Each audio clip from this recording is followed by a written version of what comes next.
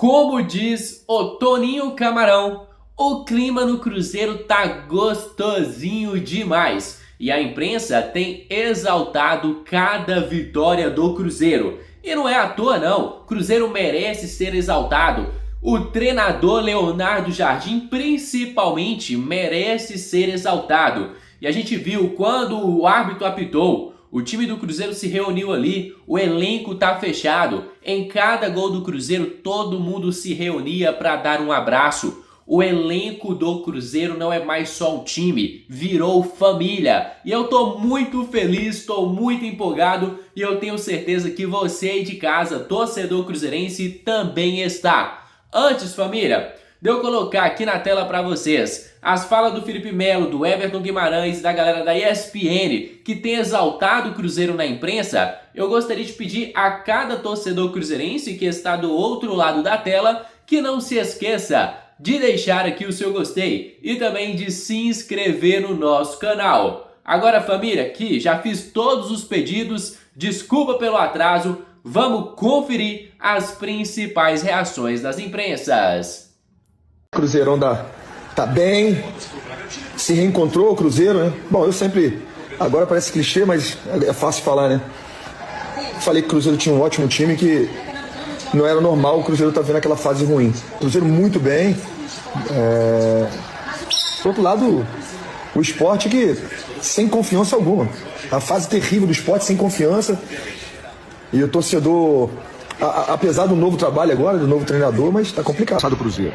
Não adianta desqualificar a vitória porque é o lanterna da competição, né? Porque até aqui nenhum adversário fez com o Sport o que o Cruzeiro fez. Nenhum. O Cruzeiro matou no primeiro tempo e embalsamou com 9 minutos 10 do segundo. Então, assim, não dá pra desqualificar. O que aconteceu no meio de semana com o Atlético e Cruzeiro hoje foi o oposto, né? Foi um domingo do oposto. Primeiro com o que o Cruzeiro fez com o Sport e o encaixe. E o dedo do Léo Jardim, que eu senti de novo. O encaixe desse time. E o Caio Jorge, valendo já 1.900 bi. E o Matheus Pereira. Hein? Então, assim, o Cruzeiro jogou muito, o Cruzeiro escamou o Sport.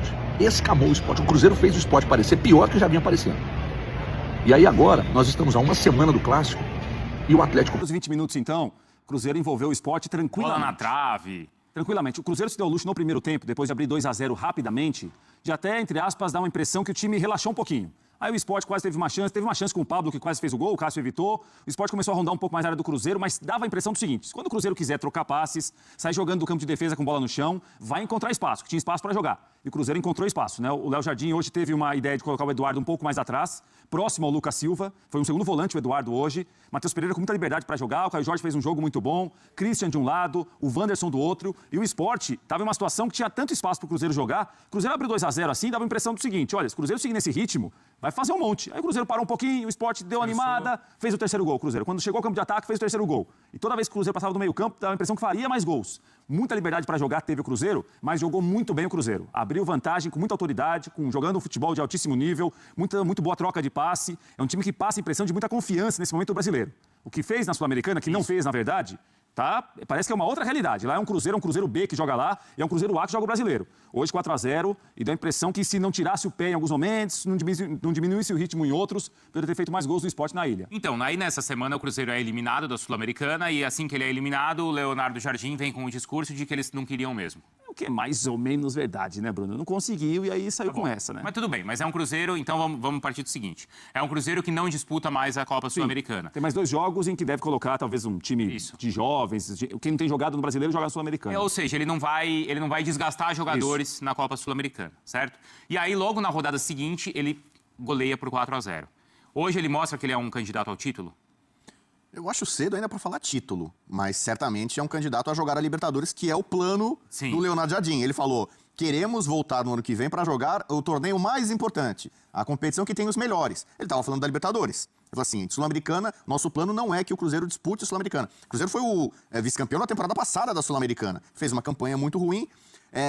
Talvez um pouco, porque começou muito mal, e aí não teve muito tempo, margem para recuperação. Leonardo Jardim também não tem muito tempo. Pegou um adversário que está com técnico estreante, ajuda também a pegar um adversário que no momento é o mais fraco do campeonato. Fez uma partida péssima também. Muito fraco. Além da força do Cruzeiro, o primeiro jogo ainda, né, Bruno? Vocês Mas destacaram assim, hoje. a primeira impressão de um treinador que chegou agora, deu um treino e meio como o Antônio Oliveira, o time de hoje foi pior que o do Pepa. Pior. Pior que o do Pepa. Pior. Sem comparação. Não tinha o Lucas Lima suspenso. Porque nas primeiras rodadas, desculpa, Bubu, a gente viu um esporte, a gente... Principal campeonato nacional, Cruzeiro que ainda na Copa do Brasil é o grande campeão, sempre tem esse objetivo na Copa, mas no Campeonato Brasileiro é um time que vai brigar pela Libertadores. G4, me parece, talvez seja a vocação brigar por G4. Eu ainda acho que Flamengo, Palmeiras são times mais consistentes, mais prontos, com trabalhos mais avantajados, grupos, elencos mais caros. Embora o Cruzeiro tenha feito investimentos altos, mas muitos deles errados. O Cruzeiro começou a entrar no prumo contra o São Paulo aqui no Morumbi, quando ele, de fato, coloca no banco o Dudu e o Gabigol. Talvez os dois grandes símbolos de investimento cruzeirense. E ali estava claro, não deu certo. Vamos seguir para outro caminho. O Caio Jorge, vai você. O Caio Jorge já chegou fazendo gol. O Caio Jorge, aliás, é torcedor declarado do esporte. Ele não comemorou o gol. Comemorou o gol hoje. Né? Ele nem comemorou, né? Muito bonito do Matheus Pereira, né? no gol do Caio Jorge. Aquele jogo já foi o símbolo. O Cruzeiro empatou com o São Paulo, que para variar empata com todo mundo. Mas ali o Cruzeiro já mostrou o sinal. O caminho é esse. É Caio Jorge, não é o Gabigol titular. O Dudu não é mais importante e relevante. Depois os problemas se aumentaram, ele acabou saindo do clube e tal. Mas ali o Cruzeiro e o Leonardo Jardim já encontrou o caminho. É por aqui. O Matheus Pereira, que foi o melhor jogador do primeiro turno do Campeonato Brasileiro passado, depois caiu, teve aquela coisa, sai ou não sai, eu não sei quanto isso afetou o desempenho dele, entrou em um processo ali de atrito com a torcida, cobrando e tal. Me parece que o jogo de hoje ele foi bem, foi decisivo. Muito bem. Então, se o Cruzeiro recupera aquele Matheus Pereira do começo do Brasileiro passado e agrega esses novos valores, estão chegando sobretudo o Caio Jorge na frente, é um Cruzeiro que vai brigar na parte de cima da tabela como está nesse momento. O Cruzeiro não é tão surpresa, talvez, como o Bragantino. O Bragantino, muita gente colocava... Ponto a menos que o Flamengo, que o Palmeiras e que o Red Bull Bragantino. Hoje o Cruzeiro tem 16, esses outros times têm 17, o Fluminense está ainda 16 também. Isso não coloca ele na briga pelo título? Na briga, sim. Agora, eu ainda coloco ele algumas casinhas abaixo, atrás desses outros dois. É para não cair, por exemplo, com o Cruzeiro, naquela empolgação que em determinado momento foi com o Internacional. Do tipo, esse é o time que vai fazer frente a Palmeiras e Flamengo? É um bom exemplo. O que o Cruzeiro tem feito ele tem se colocado como um candidato para brigar por G4, tô com o Bubu, para brigar por G6. Claro que o campeonato pode te indicar daqui a pouco outra coisa. Agora, os últimos jogos foram bons. A atuação foi muito boa contra o Flamengo no Mineirão, apesar do gol no final do Gabriel no pênalti, no rebote do pênalti. A atuação hoje foi muito boa contra o time que está na lanterna. Mas o Cruzeiro sobrou contra esse time que está na lanterna. Não é todo mundo que sobra, né? Mesmo um time que tem apenas 2 pontos, como tem o Sport. Me parece que tem dado bons sinais o Cruzeiro jogo a jogo. Eu acho que a gente viu um Cruzeiro muito titubeante no começo do campeonato, com muitas dúvidas em relação à formação do time, a quem ficaria ou não, ao trabalho do Jardim, que foi um trabalho que foi mantido pelo Pedro Lourenço. Isso é um mérito do dono do clube, Bruno, que no começo do ano estava muito levado pelo oba-oba, muito empolgado com o holofote, dando muito espaço para o diretor de futebol querendo aparecer. Ele viu com o passar da situação, andar da carruagem, opa, o treinador me parece sério, o treinador é inteligente, né? Ele deu respaldo ao treinador. Verdade. Na primeira do treinador, com o medalhão do elenco, ficou com o lado do treinador. Isso deu ao Jardim, obviamente, uma segurança para trabalhar, para desenvolver o que ele queria. E o time tem dado respostas boas. No Brasileiro, pelo menos, tem dado. A próxima rodada, ela é crucial para o Cruzeiro. Porque vai enfrentar justamente o Galo, o grande rival, que o superou no Campeonato Estadual. Vamos lembrar, o Cruzeiro teve a chance de eliminar o Galo na fase de classificação do Mineiro. Ele renasceu ali, o adversário, né? Ele ressuscitou. O Cuca tinha acabado e ele resolveu a favor do outro. Hoje, por exemplo, ele estava numa dúvida entre Eduardo ou Wallace. Quem ele ia começar jogando? Ele começou com o Eduardo. Escolha acertada. Isso tem pesado então, muito assim, não é só tirar nome, medalhão. Vou tirar o Gabigol, vou tirar o Dudu. É rendimento, meritocracia. É aquela questão da intensidade que ele avisou desde o início. Exatamente. Ninguém tá jogando, tem cadeira cativa ali e tal. E você vê jogadores correndo, motivados tal. Acho que ele já deu uma resposta muito positiva nesse sentido. Vai jogar quem tiver bem, simplesmente. E vocês acham que o Gabigol entendeu o lugar dele nesse sentido? Ele entendeu que essa é a função dele no time? Eu acho que a curto prazo, sim. O que joga contra, por exemplo, uma possível rebeldia do Gabriel, uma possível cara-feia do Gabriel, que o time está rendendo. Ficaria ruim pro Gabriel nesse momento uma coisa, Bruno. Se ele falasse o seguinte, olha, o Gabriel não tá jogando, o time tá muito mal das pernas, tá brigando lá embaixo, tá com uma pontuação ruim, o time dá sinal de reação. Aí quem não joga vai ficando grande, fica maior, fica melhor. Torcida... Não é o caso do Gabriel. Quem entrou como camisa 9 tá jogando muito bem. É um dos melhores jogadores do campeonato, Caio Jorge, até agora. Então, pro Gabriel ficou, opa, Caio Jorge e Gabriel, hoje tá ruim pro Gabriel. Matheus Pereira, hoje foi muito bem, o time rendeu bem com ele também. Então, o Gabriel tá em uma situação que a concorrência foi a campo e deu boa resposta. Então, ele teve que esperar. Eu acho que entendeu, houve uma compreensão do Gabriel quanto a isso, e o Gabriel deve ter olhado pro Dudu. Sim, olha, essa diretoria aí, entre o treinador e o jogador, não vai pensar 2 vezes em tirar o jogador e ficar com o treinador.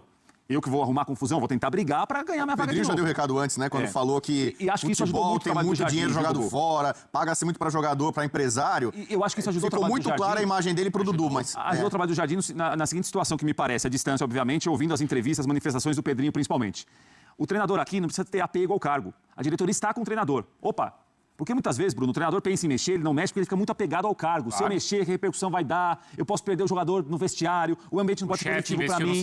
O chefe falou o seguinte: Jardim, faça o que você quiser fazer. Eu tô com você, eu trabalho aqui a série. Pronto, vai fazer. O Seabra sofreu com Exato, ao contrário, exato, porque não foi uma escolha do Pedrinho. Né? Aí era uma escolha da diretoria anterior, que me parece que o Pedrinho queria... As escolhas do Pedrinho eram justamente os reforços onde ele investiu. É isso daí. Eu acho que essa situação de diretoria, que geralmente é uma diretoria que joga ou ajuda a fritar o treinador, o Cruzeiro fez o caminho inverso. Isso é mérito do dono, que eu já critiquei aqui diversas vezes, mas no caso do Leonardo Jardim, ele percebeu que o trabalho era bom, poderia render alguma coisa e ficou com o treinador. Eu acho que deu segurança para o Jardim mexer como ele queria, mesmo que fosse para tirar medalhões do time.